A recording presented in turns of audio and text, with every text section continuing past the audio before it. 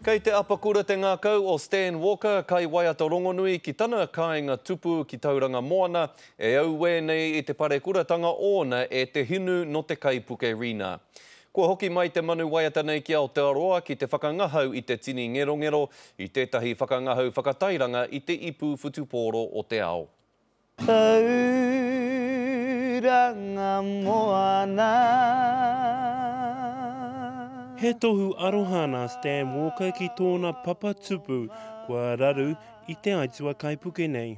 It's sad, especially, at the mounts and, around our maunga and stuff.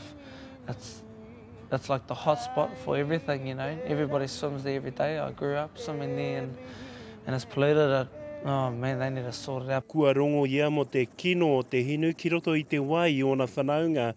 Hioi I tēnei haerenga, kaore ia I te wātea, te hoki atu ki tauranga moana. If I could, I'd be back there in a shot. Hopefully I can go down there and do like a concert to help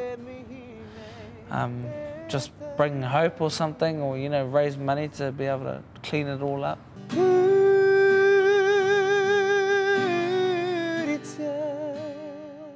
Kei konei a Stan ki te waiata I eti konohete me te whakatairanga I tana kōpai waiata tuatoru, ka puta a te rua te kaumātahi, hei te marama e tū mai nei. I even got a duet with my mum on there, so it's got a whole... this album was a lot different to the last two albums. Most of the album was real upbeat and dance and pop and stuff. And then I've got, a few old school tracks. Kei te nui o na maharahara kia Aotearoa, me ngā aitua maha kua pāki nei motu I ngā tata nei. I think New Zealand's just really copping it, in this last year and even, the end of the last year.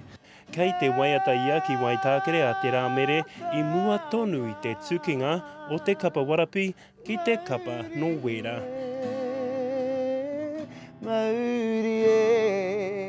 Anzac Pikia, te karere.